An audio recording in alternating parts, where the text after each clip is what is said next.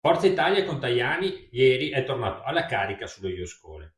Non è bastata la bocciatura senza appello che è arrivata dal referendum di poche settimane fa, dove gli italiani hanno detto chiaramente che non vogliono corridoi preferenziali per le nuove cittadinanze. Forza Italia sembra andare veramente contromano rispetto a quella che è la volontà degli italiani.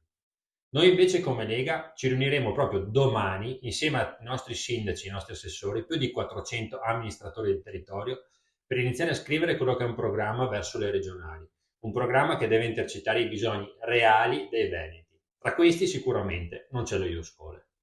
Alberto Villanova, rispetto alle scuole, dovrebbe prima leggersi i provvedimenti, capirli, così eviterebbe, come spesso gli capita, di parlare a sproposito.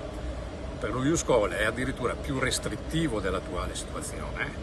Oggi, con 10 anni di permanenza in Italia, chiunque può ottenere la cittadinanza, a prescindere da come si comporti e soprattutto che sia integrato o meno, che parli o meno l'italiano.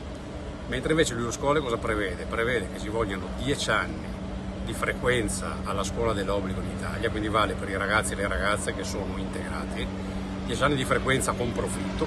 È un provvedimento che la dà a chi è realmente integrato. E questa è la giusta direzione, anche perché se parliamo per esempio di uno dei grandi problemi di sicurezza che ci sono oggi, che è quello dei Maranza, i cosiddetti Maranza, che hanno tutti la cittadinanza italiana, con lo Iuscole probabilmente nessuno di loro potrebbe raggiungerla. E poi c'è un fatto in prospettiva: noi siamo un paese purtroppo in denatalità. È vero che è giusto fare come le facciamo, come questo governo sta facendo, politiche per la natalità, però la Francia, che lo fa da 20 anni, è riuscita dopo 20 anni a sconfiggere la denatalità. Noi non possiamo aspettare 20 anni per risolvere un problema drammatico, che è anche quello dei lavoratori.